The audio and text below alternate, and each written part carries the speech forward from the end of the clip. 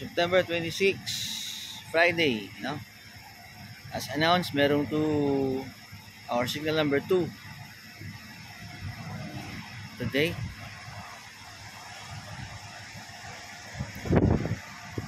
So this is the zone 1. Currently nasa ano tayo? 15%.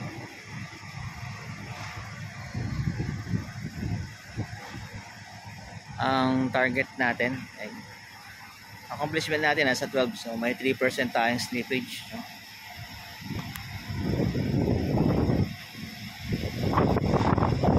So maabot natin yan sa MEPS.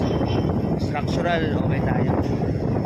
Pero sa MEPS, wala tayong naipasok na for approval sa accomplishment, no? Pero meron tayong nakaabang na dyan, mula sa feeder to source, sa meter center, distribution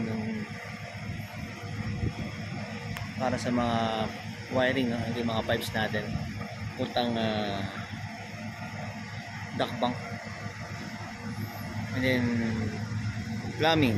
So iba-iba elevation plumbing, electrical at auxiliary. So ito yung entire na site development. Yeah. This multi-level parking, 4 levels, no, na steel parking, and then yung gitna niya is parking din, open space, and then itong dalawang building 1 and building 2, 1 and B, and this one. So along the Santol,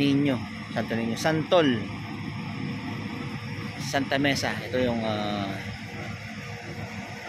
site.